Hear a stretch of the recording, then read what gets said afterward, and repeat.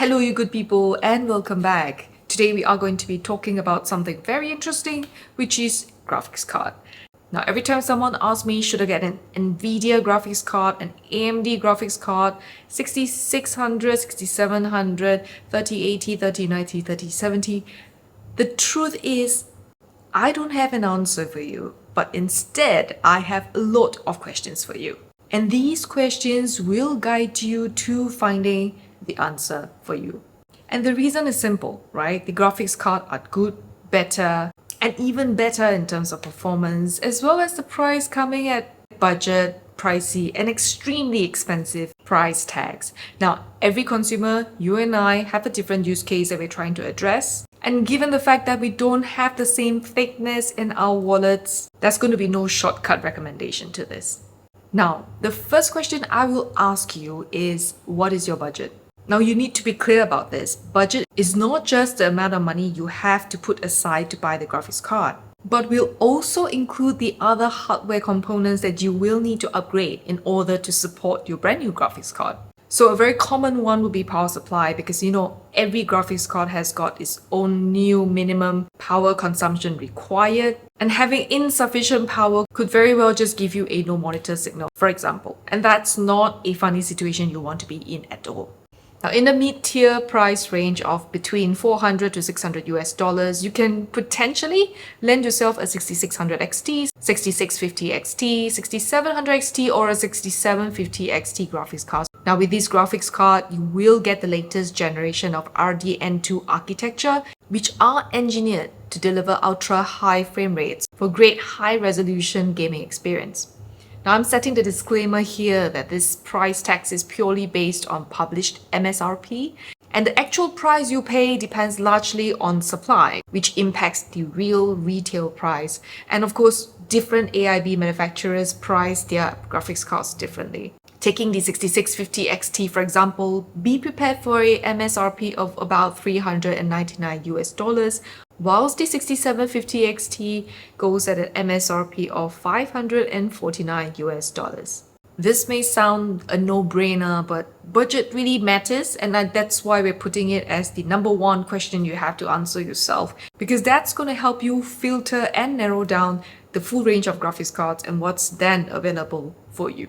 Then we come to the second question, which is what is the monitor resolution you intend to use? And if you have any plans in the near term to upgrade your monitor. To help consumers choose their graphics cards, both AMD and NVIDIA generally does advise on the target gaming audience for their graphics cards. For AMD graphics cards, both the RX6600 and 6650 XT are targeted at 1080p gaming, whilst the 6700 and 6750 XT are targeted at 1440p gaming. A recommended baseline to help you gauge what's needed for you would be to get a graphics card with at least 8GB of memory for 1080p gaming. However, if you plan for higher in-game settings or 4K resolution, you will need more than 8GB. The RX6600 and 6650 XT comes with 8GB of memory, while the 6700 and 6750 XT comes with 12GB of memory.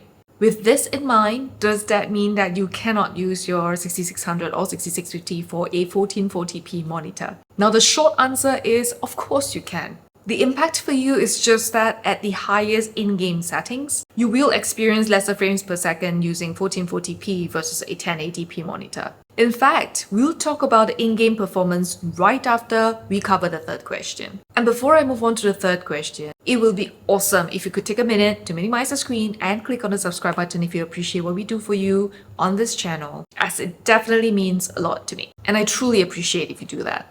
Now, the third question is really very simply your gaming style. What kind of games do you generally play? Is FPS something that is critically important, like playing competitive multiplayer FPS games? Or perhaps what is your inclination towards, the highest in-game settings for AAA games? Now, my personal advice is not to count on overclocking your graphics card to improve your gaming performance. When you choose your graphics card, use the base clock performance as your gauge to make your choice. Here we have tested the RX 6600 XT, 6650 XT and 6750 XT on a couple of major games across various in-game settings on both the 1080p and 1440p ultra-wide resolutions. These are the outcomes of the average FPS we managed to obtain.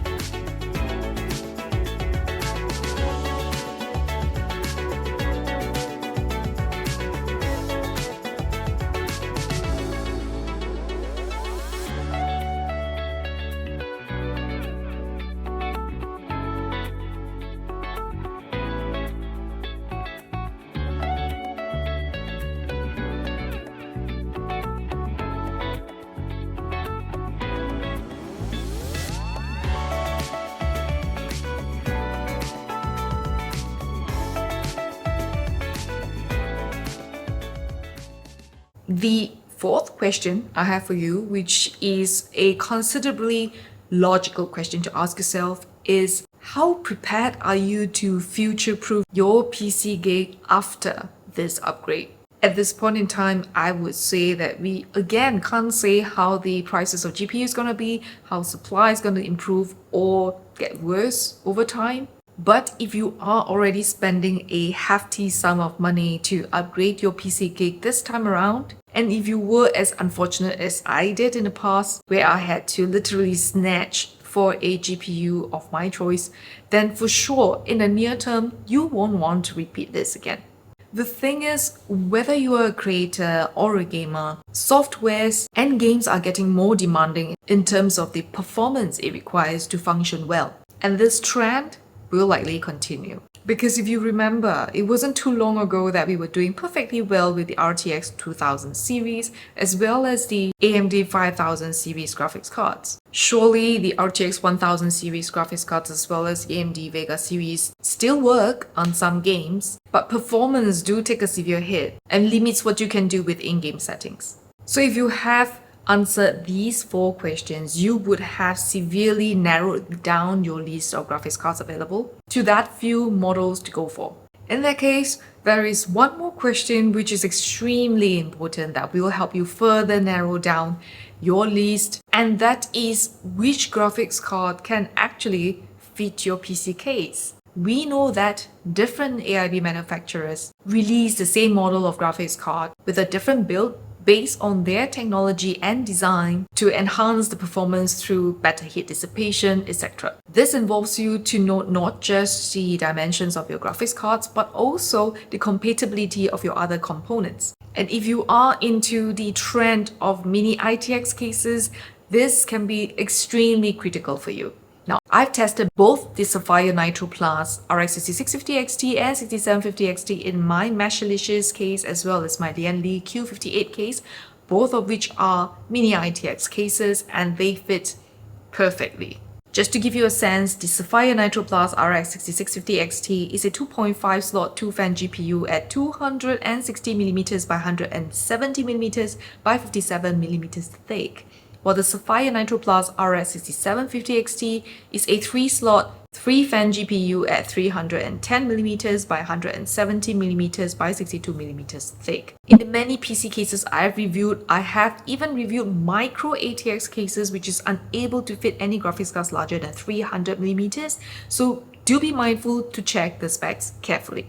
Now, I hope that these few questions have helped you narrow in to understanding your needs better, which in turns give you an idea of what graphics cards is most suitable for you. I hate to say this, but if you've gotten to this point, this is when reality sets in. This is when you go to Newegg, you go to your local online marketplace and start scrolling looking for your preferred AIB manufacturer and look at the real retail prices. But you know what? When it comes to the same graphics card by different AIB manufacturers, there is a difference in quality. That I would admit. Different manufacturers do have different levels of quality of their graphics card. But is performance going to be significantly different? Widely different? Widely is definitely a no, right? It's going to be marginally different. So don't fret. Don't fret if you end up with a model that isn't your first choice because it doesn't fit your case. What I need you to remember is that more is better, but may not always be necessary. Paying for extra tech outcomes that is not necessary is going to be sunken cost as, you know, tech depreciates. That's the last piece of advice I have for you. Now, do remember to drop us a like and subscribe to our channel if you truly appreciate what we do on this channel, which of course is to break down the technicalities into layman terms so that consumers like you and I have an easier time to make better decisions to where we put our hard-earned money. Now, thanks so much for being with me, and I will see you in the next one. Take care.